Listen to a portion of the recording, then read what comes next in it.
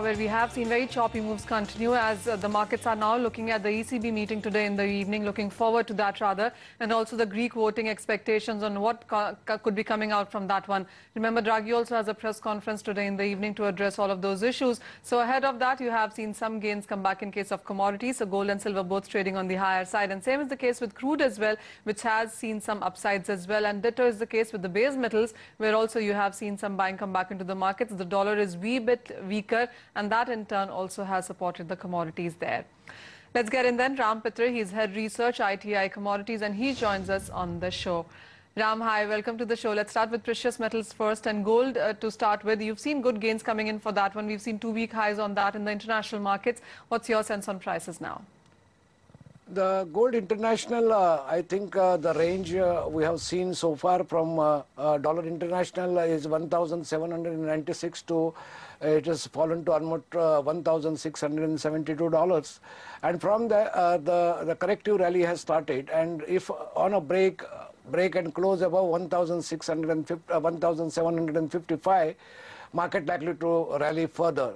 So coming back to domestic market, again rupee is against dollar is supporting. So I feel that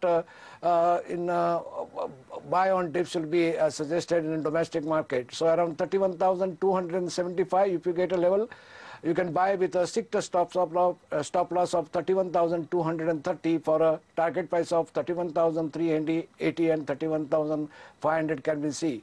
The overall range I can see for here onward for next 1 or 2 days will be 31,000 on the downside and upside around 31,600. It's the range trading expected.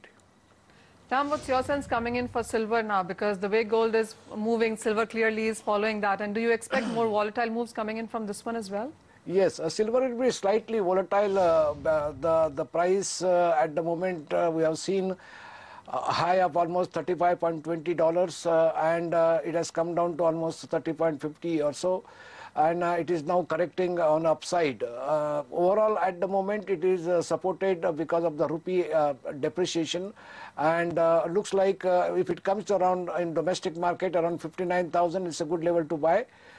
With a stop loss of say around 58,700. It's a strict stop loss again because of the volatility, and for a target price of say around 59,700 to 60,000 can be seen.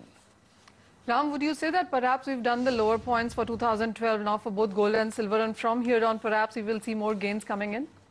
It all depends upon today's ECB meeting. If I personally feel they are not going to cut the interest rate. If that happens, then euro can rally further upside. And if the interest rate cut comes in, the euro can fall to almost 1.2660, and another deep fall to almost 23 is possible. In that case, the commodity prices also will come down. That depends upon how they announce the interest rate in the evening. Sure. Your point is well taken on that one, Ram, but how would you look at the crude prices now? Because we've seen very sharp declines coming in for this commodity. Of course, one thing, would you say that it's because of the US presidential elections that we have seen continuous pressure coming in for crude prices? And from these 85 sub kind of levels on NYMEX, how do you see the future now going forward? Ideally, if you see the monetary policy will remain loose under Obama rule, and dollar will be sold initially. But at the moment it is not happening because of the ECB rate cut expectation. So once it is settled down, I think generally if you see from last few elections, the US dollar rally took place when the election, till the election result, and then it starts coming down. I think the same may happen this year also. And coming back to crude, internationally around 80 to 90 is a band it is holding for quite some time. And in domestic market around 4600 and 4700 it is stuck in this range. So I think say around 4630, 4640 level, if you get, you can buy crude in domestic market for a target price of 4670 and 4720 in the afternoon session.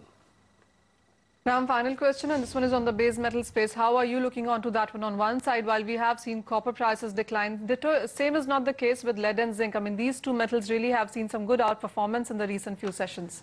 Lead and zinc, I think it is supported because of the demand factor, and lead is likely to continue further higher. But in case of copper, I'm slightly, it has broken an important level in LME around 77.60 and 75.60 this band, and it has broken clearly. Looks like it is further go down to around 410 to say around 408 or even 400 can be seen in coming months.